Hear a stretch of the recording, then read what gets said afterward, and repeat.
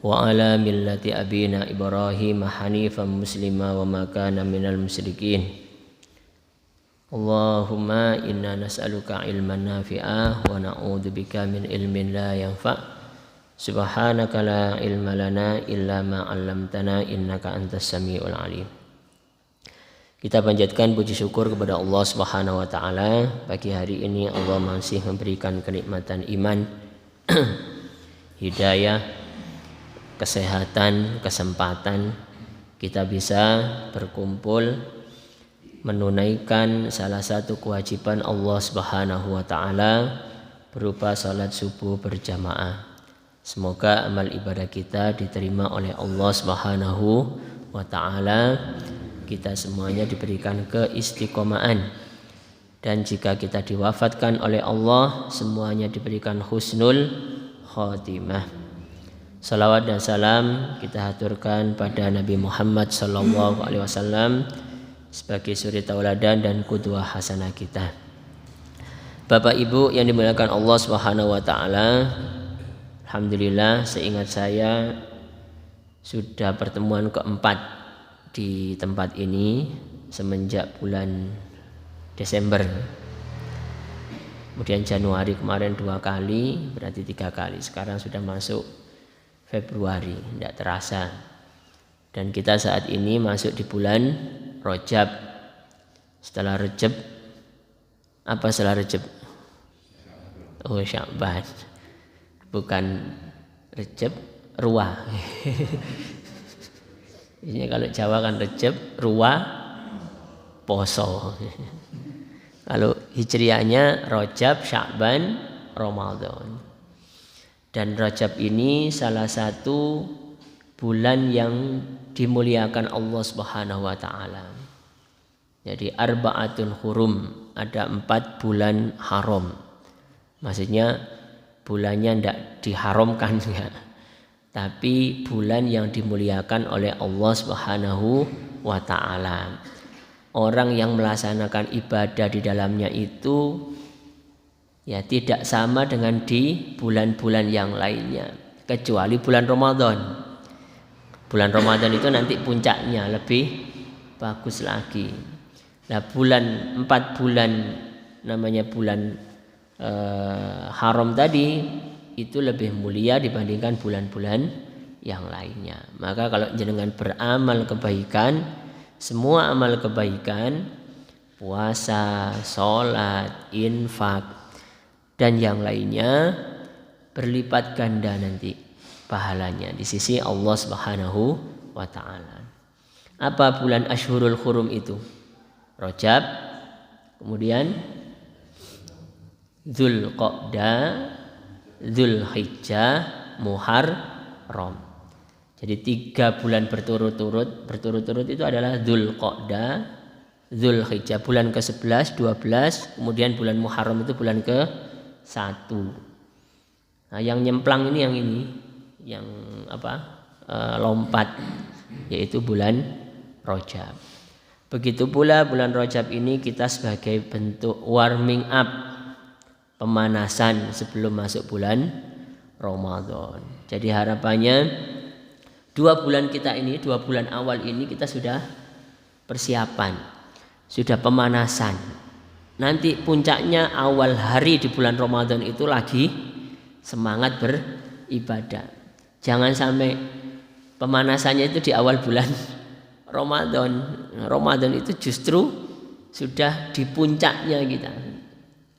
Ya, di puncaknya. Makanya nanti diadakan aja kajian-kajian sebelum pra-Ramadan yang membahas terkait dengan fikih-fikih Ramadan, keutamaan-keutamaannya, biar warming up-nya itu sempurna. Tatkala di bulan Ramadan sudah kita tinggal action, tinggal beramal, mencari sebanyak-banyaknya amal ibadah. Teorinya sudah didapatkan sebelumnya di bulan-bulan sebelumnya. Jangan pemanasannya itu di awal bulan, nanti bulan Ramadannya habis baru semangat. Baru masuk Syawal padahal sudah selesai bulan Ramadannya. Makanya Rajab ini sebagai warming up untuk pemanasan memasuki bulan Ramadan. Semoga kita disampaikan di Ramadan tahun ini. Ya, karena itu doanya para salafus saleh dulu. Allahumma sallimna Ramadan, ya Allah sampaikan kami di bulan Ramadan. Wa nahnu fi sihhatin wa afiyatin wa iman, dan kita dalam kondisi sehat, kondisi beriman. Kalau kita ibadah kondisi tidak sehat kan tidak enak. Ya semoga tahun ini tidak ada aturan-aturan yang ruwet ya kayak tahun kemarin, dan omikronnya nggak tambah ruwet. Sudah 2 tahun kita masa Ramadan kucing-kucingan. Ini harapannya demikian. Atau sebaliknya, tatkala kita sehat tapi imannya nggak ada, naudzubillah. Karena iman tidak ada yang bisa menjamin. Termasuk bab kita di pagi hari ini saya pilih untuk bersegera dalam melakukan kebaikan. Jadi bab-bab yang tak pilih itu sebenarnya pilihan dari judul-judul yang ditulis oleh Imam Nawawi dalam kitab Riyadhus Shalihin. Ada salah satu babnya dari runtutan kemarin ya. Kemarin kan masih kita bahas tentang kemaksiatan dan kebaikan. Kita sudah diberikan potensi duanya itu. Sekarang kita berupaya untuk takhusus, mengkhususkan di kebaikannya. Nah, bagaimana upayanya? Di antaranya adalah bersegera dalam menunaikan kebaikan, jangan diundur-undur. Ya, ada salah satu babnya itu disebutkan oleh beliau babul mubadarati ilal khairat wa hasu man tawajjaha li khairin alal iqbal alaihi bil jiddi min ghairi taraddudin. Bab bersegera untuk melakukan kebaikan dan anjuran bagi orang yang menunaikan kebaikan untuk melakukannya dengan sungguh-sungguh tanpa ada keraguan. Min ghairi taraddudin. Jadi saya awali dengan cerita ya dahulu. Cerita saya sendiri waktu itu bibi saya pas karena di keluarga waktu itu pengen haji. Saya masih kuliah di sana ya, harapannya kalau menunaikan haji sudah budal aja. Waktu itu kan masih belum ada antrian sampai 20 tahun kayak sekarang. Jadi kan daftar sekarang itu 20 tahun lagi baru bisa haji. Sekarang 35. Sekarang 35. Saya enggak update ternyata. 35 ternyata. 35 tahun. Saya daftar usia sekarang 38. Berarti hajinya lagi nanti sudah kakek-kakek ya. Baru bisa haji. Waktu itu tak sampaikan pada bibi. Sudah kalau misalnya sudah ada uang berangkat. Karena dulu kan enggak ribet. Yang ada uang tinggal ngelunasi, paling antri setahun 2 tahun berangkat saja. Terus keluarga-keluarga yang lain sampaikan enggak siap, enggak ada yang nemani, enggak ada yang ini. Wes tak temani nanti kalau udah nyampe sana, tak jemputi. Mumpung ada saya di sini. Pokoknya berangkat dulu. Enggak siap yang lainnya, sudah berangkat dulu. Ya alhamdulillah dengan diskusi yang macam-macam saya menang. berangkat. Masya Allah qadarullah. Pulang haji itu meninggal. Pulang haji meninggal. Coba kalau misalnya diundur. Diundur. Dan yang tadi keluarga yang lainnya yang usul untuk ditunda tahun depan biar bareng sama yang lainnya itu akhirnya nyeseli juga. Untung kayak gitu. Ya untung. Masya Allah. Kita tidak tahu. Kayak kemarin cerita terakhir sebelum pandemi ini ya, saya ngantarkan jamaah umroh. Ada salah satu teman yang tak sampaikan, ayo bareng umroh bareng saya. Mumpung saya bisa nemeni. Pas waktu itu penjadwalannya sekitar Februari ya. Februari pandemi kan mulai ramenya Maret gitu. Februari itu jadwal saya berangkat. Terus nanti aja saya ikut yang ini aja ya. Ya enggak eman dah nanti kita bisa bareng sama saya, teman saya sendiri. Sendak nanti. Nah, akhirnya pulang umroh saya langsung ditutup perjalanan umroh. Kan Maret sudah mulai ramai. Jadi saya waktu itu sudah terakhir, sampai sekarang belum pernah ngantar lagi, sudah 2 tahun. Ya ini sudah mulai pemberangkatan lagi, ada 1 bulan, ada 1-2 kali. Tapi ribet Bapak Ibu, ribet, harus semedi 4 hari. Semedi di hotel, nggak ngapa-ngapain, turu, ya tidur, bangun, tidur lagi, bangun lagi, gitu 4 hari. Namanya apa? Karantina. Ya, ruwet sekarang. Makanya sekarang, nah, kalau ada amal kebaikan, sifat dalam agama kita yang disampaikan al-mubadaratu ilaihi, bersegera. Nah, dalam bab ini ada 2 macam yang disampaikan, yaitu bersegera. Kemudian yang kedua, annal insan idza azima alal amri falyamdi fihi wa la yataraddad. Seseorang jika hendak beramal kebaikan, maka harus punya azam yang kuat. Apa azam itu? Keinginan yang kuat, tanpa ada ragu. Kalau ada ragu nanti ya enggak. Ya, kalau jenengan melangkahkan sholat tadi melangkahkan langkah kita ke sholat subuh ini kan, kalau ragu-ragu ya menang kasurnya, apalagi yang spring bedan. Kalau yang tikeran insya Allah menang sholatnya, seloro kabeh soalnya. Ya, udah kok enggak subuh-subuh kayak gitu. Nah ini kemudian kita bisa lebih optimal dalam melaksanakannya. Nah, ikhwatal iman yang dimuliakan Allah Subhanahu wa taala, Rasulullah sallallahu alaihi wasallam menyampaikan dalam salah satu hadisnya, ini bentuknya amr, perintah. Amr itu perintah.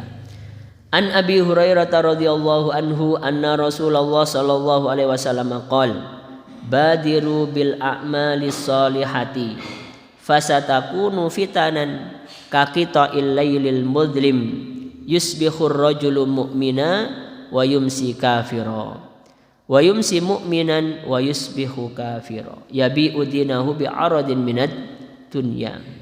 Rawahu Muslim. Dari Abu Hurairah, semoga Allah meridainya, bahwasanya Nabi Muhammad sallallahu alaihi wasallam bersabda, badiru, bersegeralah, cepet-cepet to sapa sira kabeh bil a'mali, dengan perbuatan amal as-sholihati ingkang sae.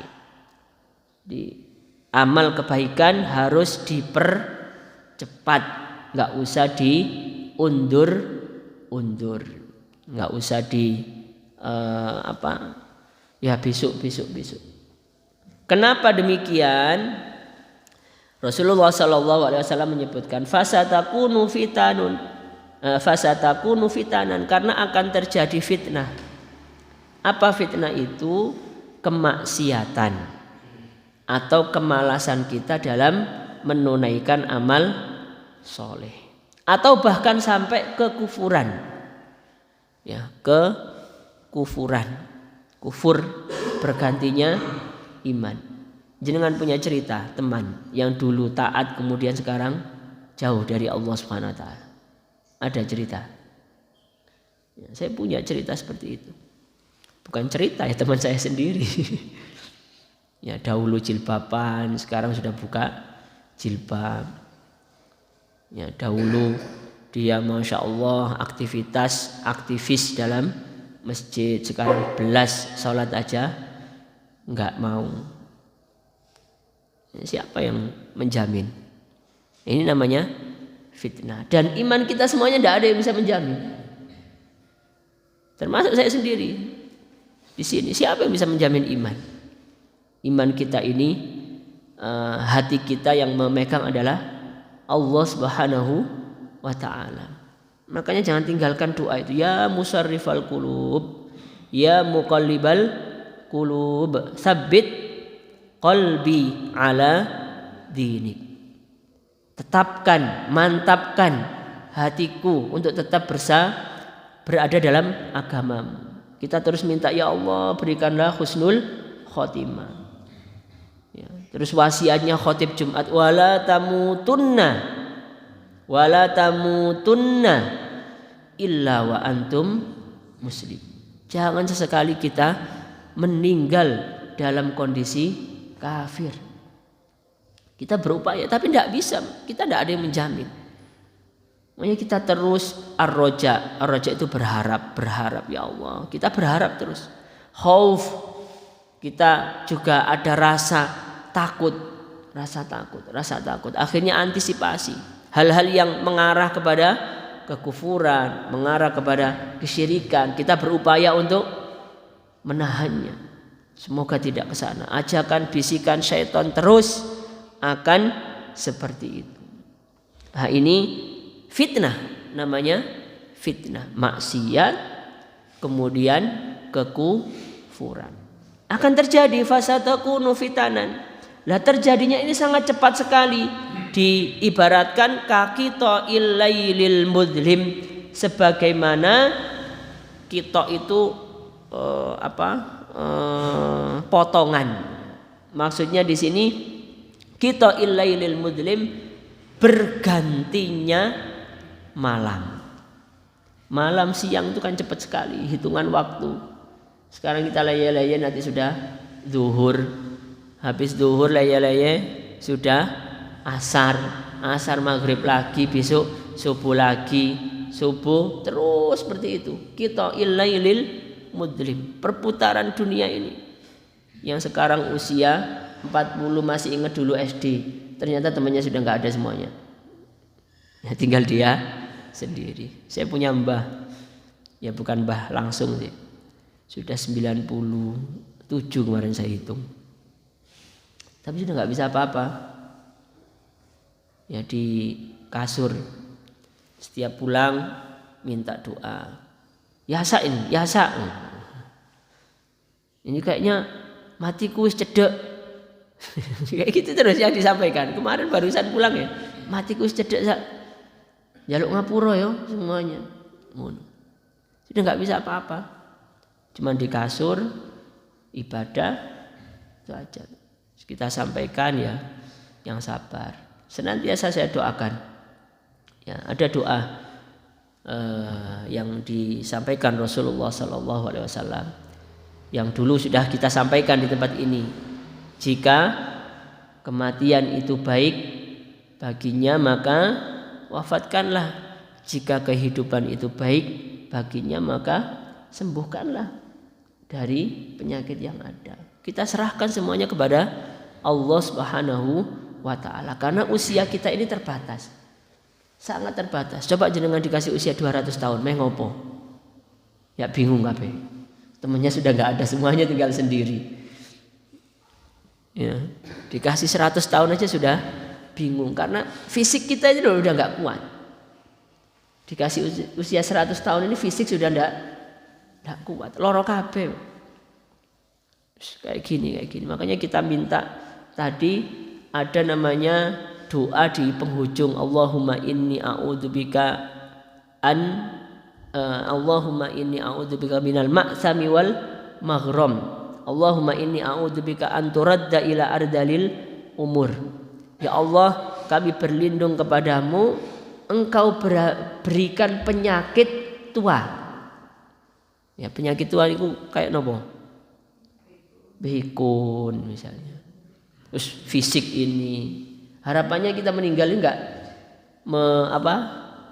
menyusahkan anak-anaknya. Karena nanti itu jadi fitnah nanti. Iya kalau anaknya sabar. Anaknya enggak sabar, malah durhaka nanti kepada orang tuanya. Enggak bisa ngerawat, enggak bisa ini. Orang tuanya anyel dan macam-macam. Kita berdoa seperti itu. Allahumma inni a'udzubika an turadda ila ardalil umur. Ya bersyukur, masa sudah usia di atas 60 tahun masih sehat semuanya. Masih berfungsi sam'an, basoran, secara penglihatan masih sempurna, secara pendengaran masih sempurna. Tidak ada ini dalam akal. Kadang orang pikun itu kan kebingungan. Ada pikunnya itu pengen pulang terus. Perasaannya pengen pulang, belum nyampe rumah. Ayo coba jenengan bayangkan. Sudah di rumah pengen pulang, akhirnya hilang dari rumah. Perasaannya seperti itu terus. Pengen pulang. Sudah di rumah pengen pulang, akhirnya rumahnya dikunci sama anaknya biar nggak hilang, dipaku, diteralis, masya Allah. Berharap orang tuanya tidak hilang. Tapi perasaannya orang tua pengen pulang, itu penyakit pikun. Jadi antaranya. Nah ini cepatnya kita ilailil mudlim, berubahnya hari. Apa di antara fitnahnya lagi? Yusbihur rajulu mu'mina. Tadi kita sebutkan di antara bentuk fitnah tadi adalah kekufuran. Ini ada orang yang cepatnya perubahan yang sangat cepat tadi. Ada seseorang yusbihu pada pagi hari yusbihur rajulu. Kayak kita tadi mengucapkan doa asbahna. Kami sudah masuk di pagi hari. Yusbihur rajulu. Di pagi hari seseorang mukmina dalam kondisi beriman. Wa yumsi, dan tatkala sudah masuk di sore hari masaan kafiro, ganti imannya menjadi kafir. Tidak memungkinkan untuk seperti itu. Ya, tidak hal yang sangat mungkin, maksud saya, hal yang sangat mungkin perubahan iman. Atau sebaliknya wayumsi, dan di sore hari mukminan dia dalam kondisi beriman, wayusbihu, di pagi hari kafiron, dia berubah menjadi kafir. Makanya biar tidak sampai ke hal ini, disuruh untuk mempercepat amal kebaikan, tidak usah diundur-undur. Iya kalau cuma derajatnya ke malesnya iman atau kemaksiatan. Nah kalau sampai ke murtad seperti ini, naudzubillah. Karena Allah Subhanahu wa taala mencoba seseorang itu bukan langsung perubahannya, tapi turun. Pertama malas. Kayak kita contohkan sholat ya. Malas. Baca Quran malas. Akhirnya blas. Ya lihat kayaknya kok enak. Akhirnya lepas satu. Nah, itu setannya yang lebih menang. Makanya kita kembalikan lagi. Upayanya seperti itu. Yabi'u dinahu. Apa di antara penyebabnya lagi? Yabi'u, dia menjual dinahu, agamanya, bi'aradin minad dunya, dengan aradin minad dunya, dengan sedikit cuilan ya, materi dari duniawi. Rawa diriwayatkan hadis tadi, rawa meriwayatkan hadis tadi Muslimun, Imam Muslim. Ikhwatal iman yang bukan Allah Subhanahu wa taala. Annal amala soleh ma baniya ala amroini. Amal soleh itu dibangun atas dua syarat biar amal soleh kita diterima oleh Allah Subhanahu wa taala. Insyaallah kita sudah pernah mendengar ini sering. Pertama dari sisi batin, harus ikhlas kepada Allah Subhanahu wa taala. Bagaimana kita menilai ikhlas? Tidak bisa kita nilai. Yang tahu ya jenengan sama Allah. Apakah tadi kesini kepaksa? Ya, kalau anak-anak kan biasanya kepaksa. Kalau di pondok itu memang dipaksa. Dipaksa. Kadang ada yang menyampaikan ibadah kok dipaksa-paksa. Ibadah kok dipaksa-paksa. Kalau dalam dunia pendidikan semuanya harus dipaksa. Ya, semuanya harus dipaksa. Sekarang tinggal pilihan. Enak mana? Dipaksa dalam kebaikan apa dibiarkan dalam kemaksiatan? Enak mana? Dipaksa dalam kebaikan atau dijarno wis bermaksiat? Gak sholat dijarno, nunggu sadar. Kalau nunggu sadar tidak ada perintah, tidak ada ancaman, tidak ada ini. Singapura aja dalam mempraktekkan kedisiplinan di negara-negara Eropa dipaksa nggak ada dengan sadar. Apa buktinya? Denda. Rokokan sembarangan, coba di sana. Dendanya berapa? Terus atau apa?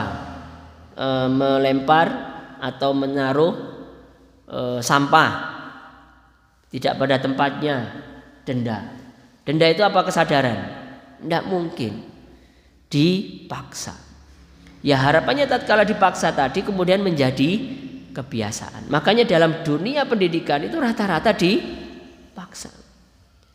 Ya, kemudian dari dipaksa tadi nanti dihadirkan pemahaman agar dia dari paksaan tadi sadar.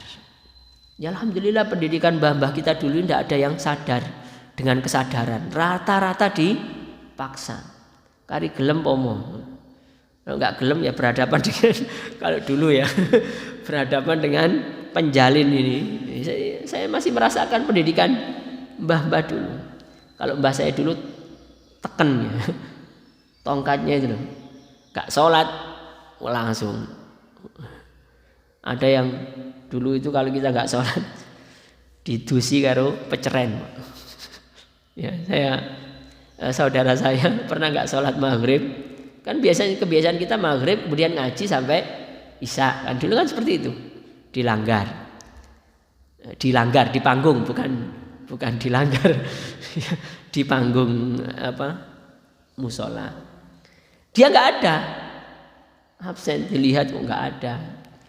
Langsung dipanggil sambil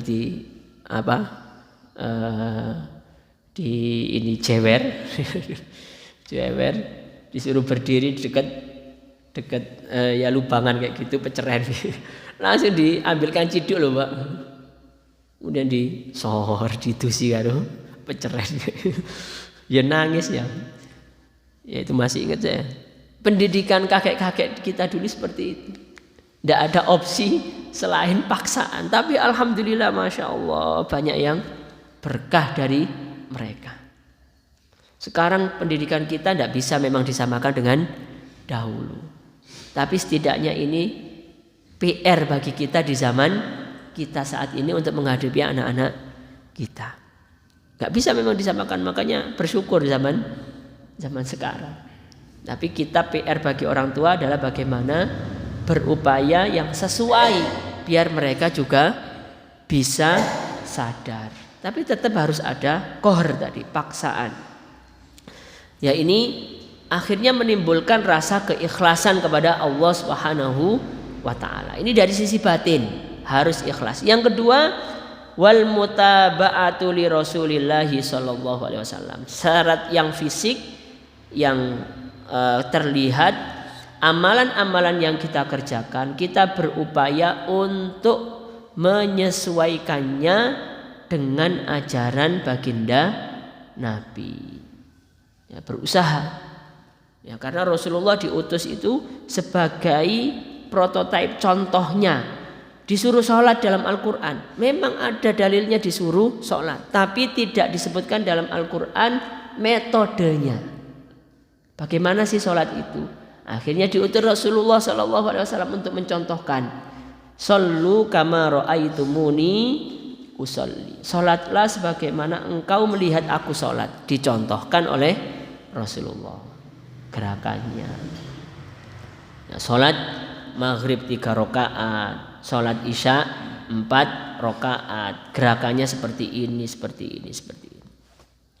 Masya Allah semuanya sudah ditentukan oleh baginda Nabi. Makanya kewajiban kita mutaba'atun Nabi, mengikuti Rasulullah Sallallahu Alaihi Wasallam. Nah, kalau kita sudah ada, kalau di zaman Rasulullah tinggal tanya semua permasalahan kepada Nabi. Kalau di zaman kita ya harus belajar dengan membaca, mendengarkan, mencari, mentelaah. Selama di sana ada dalil yang kompeten, yang valid, silakan amalkan. Meskipun nanti di situ ada kemungkinan perbedaan dalam permasalahan khilafiyah, yang furu', yang cabang. Ya, sholat subuh mana yang inti? Sholatnya. Yang penting dia sholat subuh 2 rakaat. Metodenya kemudian terjadi ada yang berbeda pendapat. Apa yang inti lagi? Sholat subuh 2 rakaat. Tidak bisa jangan tambah 3 rakaat. Karena saya lagi semangat ini sholat subuh tak 3 rakaat. Duhur pas waktu banyak kerjaan wis 2 rakaat aja. Nah, ini nggak sesuai. Yang itu sudah inti, sudah nggak bisa di otak-atik karena dalilnya sudah paten. Ini diantaranya, makanya ikhwatul iman yang dilakukan Allah Subhanahu Wa Taala syarat 2 amal soleh. Kemudian yang kedua, wal fitanu, diantara bentuk fitnah lagi yang selain yang saya sebutkan tadi, mayakunu minasyubhat, ada hal-hal yang mengganggu pikiran. Yang mengganggu pikiran itu dari pernyataan-pernyataan yang menjadikan seseorang itu ragu. Ya ragu. Benar enggak surga neraka itu ada? Kemudian dibuat ragu seperti itu. Benar enggak nanti dihisab? Benar enggak ada adab kubur? Gimana adab kubur? Mau berdiri, diadabnya berdiri, duduk atau tengkurap? Ditanya. Lah apa hikmahnya terusan? Kalau kekuasaan Allah, kebesaran Allah, kehendak Allah, apapun bisa terjadi. Nah, ini namanya syubhat pikiran. Syubhat itu yang mengganggu pikiran kita. Dan itu sengaja sebagai sebagian orang-orang kafir itu menjadikannya dengan tadi. Apa di antara adanya syubhat ini? Mabniyatun alal jahli fahiya fitnatu syubha. Ada kalanya orang itu tidak faham, tidak tahu, dan kadang ada orang yang tidak mau tahu, tidak mau belajar. Ya tidak mau belajar. Dan kemudian jangan sampai gara-gara saya belajar ini kemudian saya tahu, akhirnya jadi beban. Loh enggak kayak gitu pikirannya. Kalau ada orang yang sengaja dia tidak mau belajar, sengaja dia tidak mau belajar, ya, sengaja dia tidak mau belajar, maka dia akan dapatkan dosanya karena kemalasannya dia tidak mau belajar. Tapi kalau ketidaktahuannya memang dari unsur ketidaksengajaan dari dia atau ketidakkuatan dia dalam mencari ilmu, ya baru dapat udzur. Dapat apa? Apa udzur itu? Diskon. Tapi kalau unsur kesengajaannya karena ya tidak mau karena kemalasan, maka tidak ada udzur. Kemudian lagi yang disebutkan beliau di antara fitnah lagi, kita kadang mengetahui seseorang itu hati-hati dalam permasalahan fala yubali bal yaf'aluhul haram au yaf'aluhu wajiban. Dia tidak mengetahui unsur haram, mana yang wajib, hukum yang 5 itu. Dari yang wajib, sunnah, mubah, makruh sampai yang haram. Kadang di antara fitnahnya yang haram dianggap biasa. Ya, yang wajib juga dianggap biasa. Atau kalau kita dahulu ada kaidah jangankan yang wajib, yang sunnah pun kita berusaha untuk mengerjakan. Jangankan yang haram, yang makruh pun kita berusaha untuk meninggalkan. Tapi jangan juga yang meremehkan yang sunnah.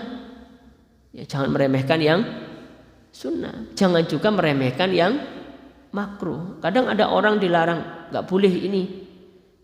Ini hukumnya makruh toh. Ya, makruh itu cenderung dilakukan. Tatkala disampaikan kenapa tidak mengamalkan ini, kan masih sunnah. Nah, cenderung ditinggalkan. Padahal kalau kita lihat tadi, kita berusaha. Jangankan yang yang wajib, yang sunnah pun kita berusaha untuk mengerjakan. Nah, sebaliknya tadi hukum yang 2 di bawah, jangankan yang haram, kalau ada yang makruh, syubhat yang enggak jelas. Mana yang ini berusaha untuk ditinggalkan. Nah, ini dari semua amalan-amalan itu kemudian kita pilah-pilah. Yang wajib didahulukan untuk diamalkan. Jangan sampai kita meremehkan yang wajib. Sholat wajib. Satu jenengan tidak sholat wajib tidak bisa dibandingkan dengan sekian jumlah sholat sunnah. Ya, meskipun nanti sholat sunnah itu juga akan menutupi, tapi perbandingan amal ibadahnya yang wajib itu tidak bisa dibandingkan dengan yang sunnah. Tapi kekurangan kita dengan yang wajib kita nanti akan tutupi dengan yang sunnah. Ini yang diharapkan itu jangan kemudian meremehkan. Wah, akhirnya meninggalkan sholat asar nanti tak ganti sholat yang lainnya. Tidak bisa. Satu puasa di bulan Ramadan jenengan tinggalkan dengan tidak ada udzur sama sekali. Tidak bisa dibandingkan dengan puasa sunnah yang lainnya. Tinggal kita minta maaf aja kepada Allah. Intinya seperti itu. Kalau Allah Rahman dan Rahim akan mengampuni. Kalau tidak nanti akan diazab oleh Allah Subhanahu wa taala. Insya'a ghafara wa insya'a azaba untuk yang dosa besar. Jika Allah menghendaki akan diampuni, jika Allah tidak menghendaki akan diazab. Tapi bagi orang yang bertobat, Allah Maha Rahman Maha Rahim. Kalau yang bertobat, semua orang yang bertobat tidak ada istilah dosa besar, Allah akan mengampuni. Ya. Ada dulu yang tidak setuju pernyataan beberapa ulama dosa besar, dosa kecil. Kenapa beliau sampaikan? Tidak ada dosa besar, dosa kecil tatkala dia minta ampunan kepada Allah Subhanahu wa taala. Juga tidak ada dosa kecil tatkala dia istimror, terus meremehkan dan melakukan dosa kecil, itu akan menjadi dosa besar. Nah, ini hal-hal seperti ini kita harus mengetahuinya. Kemudian juga di antara fitnah tadi ini disebutkan diingatkan lagi oleh Syekh Utsaimin dalam syarah Riyadhus Shalihin beliau, hati-hati hubungan lawan jenis.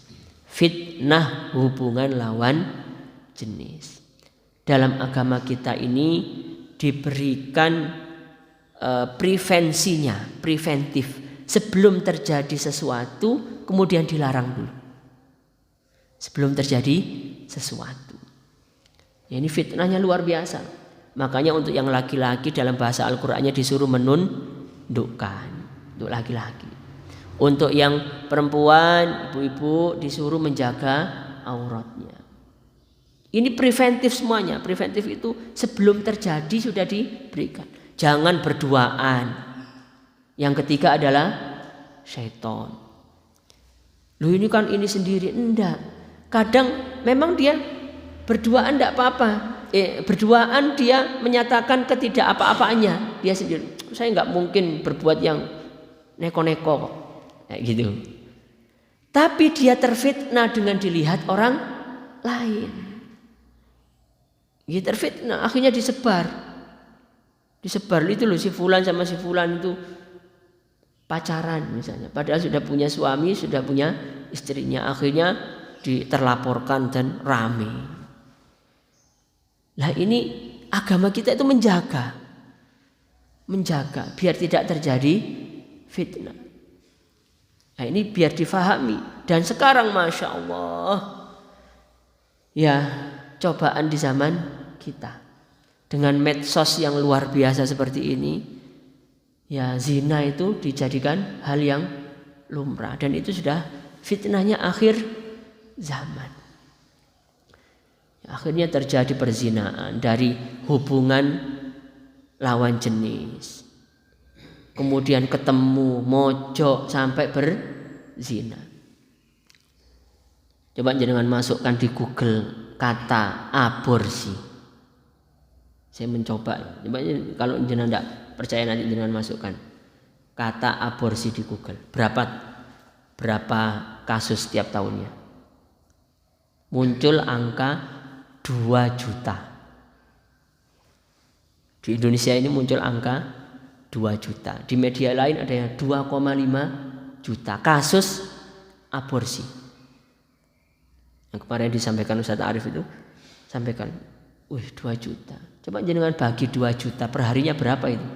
2 juta dibagi 365. Saya coba itu, ternyata ketemu 5,4, 5.400 kasus di Indonesia aborsi. Lebih sadis daripada corona. Corona sehari berapa? Nggak sampai angka segitu. Ini lebih 5.400. Jangan coba masukkan angka itu. Entah data 2020 kemarin, 2019. Itu PR kita. Apa penyebabnya itu? Ya tadi hubungan lawan jenis. Sekarang fitnahnya di medsos. Bagi yang belum siap untuk memegang medsos, handphone, anak-anak ya juga. Kalau belum siap, ya mending tidak usah. Kalau kita sudah siap silakan. Di situ fitnahnya luar biasa. Medsos itu kayak pisau. Jika kita tidak bisa mengendalikan, maka kita akan dikendalikan. Waktu habis untuk nggak tahu kapan harus berkomunikasi dengan bapak ibunya, kapan suami harus berkomunikasi dengan istrinya, istri juga kapan, akhirnya tidak tahu semuanya, pokoknya ngadepi handphone. Istrinya di samping chat WA. Ya, komunikasinya sekarang ngadep seperti itu, Mbak. Jenengan boten pirsa niki nggih. Zaman sekarang ya alhamdulillah damai, Mbak. Ndak usah tahu. Zaman sekarang Masya Allah ada Instagram, Facebook, apalagi WhatsApp, terus sekarang TikTok. Masya Allah itu fitnahnya luar biasa. Kalau yang tidak membentengi itu semuanya iman, pasti kita akan terlena masuk kepada fitnah. Siapa yang tahu dia diam? Ternyata yang dilihat nggak jelas, nggak ada yang tahu.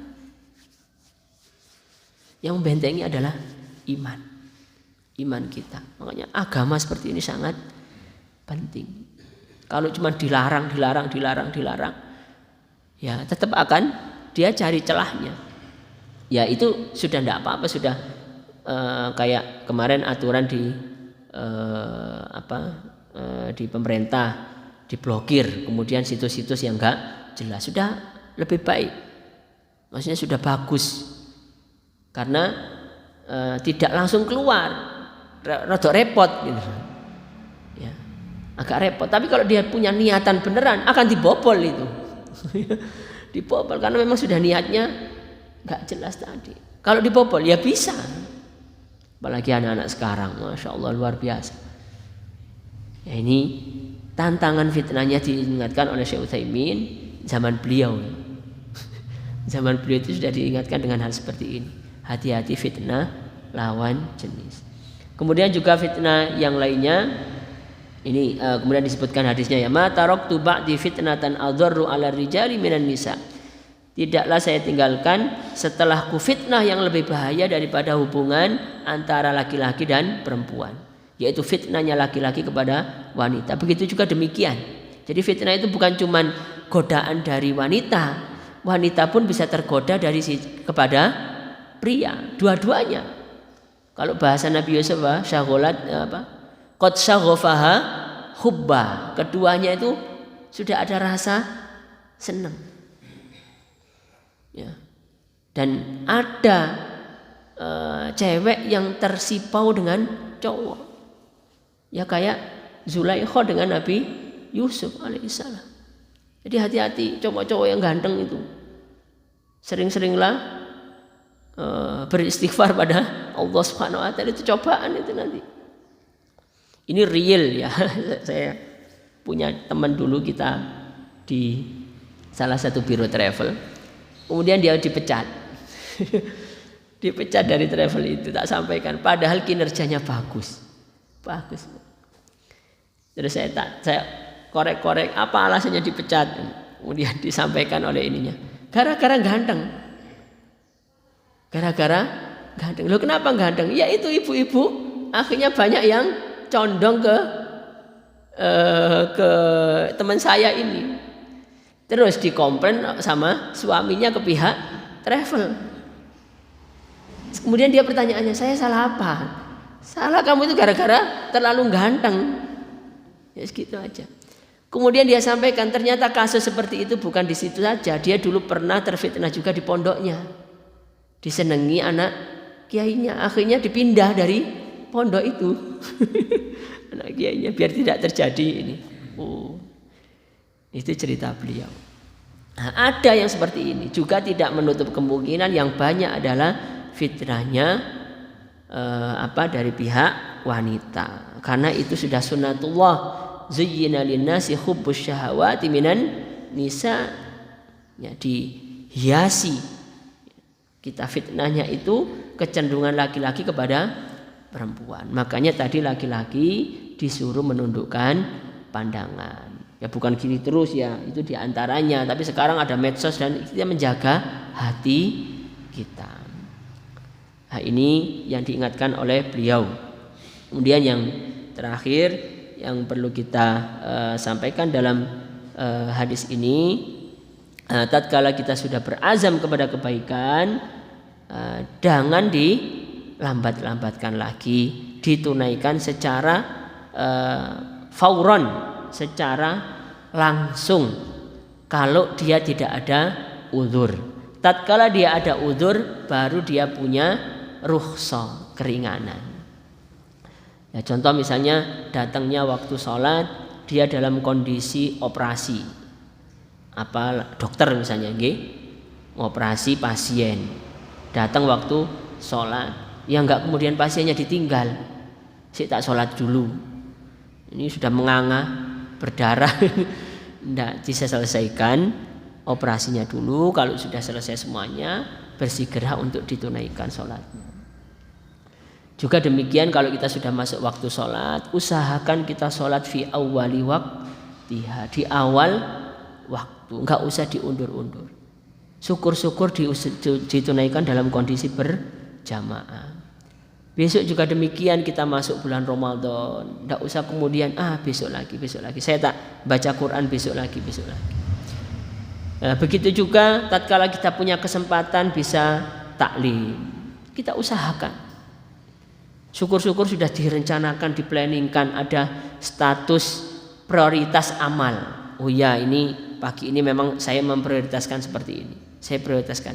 Kalau suatu amal kebaikan tidak kita prioritaskan, ya tidak terlaksana terus. Diprioritaskan. Ada waktu taklim, ada waktu beribadah, ada waktu bersosial nanti kepada orang-orang. Ya intinya tadi tidak undur-undur hal yang baik. Ini yang bisa kita sampaikan. Monggo jika ada pertanyaan. Kita sudah masuk waktu syuruk. Ada pertanyaan? Tapi kalau tidak ada, kita simpulkan dari judul dan hadis ini. Yang pertama, Bapak Ibu yang Allah Subhanahu wa taala, wasari'u ila maghfiratin mir rabbikum. Disuruh mempercepat dalam amal kebaikan. Yang kedua, hati-hati dengan fitnah. Ya, fitnah. Apa yang dimaksud fitnah tadi? Kemaksiatan, kekufuran, degradasinya iman, turunnya iman. Memang kita sadar iman kita ini fluktuatif. Ada waktunya futur, tapi jangan lama-lama. Ya jangan lama-lama. Males nggak apa-apa, tapi jangan lama-lama. Usahakan, upayakan untuk cepat kembali.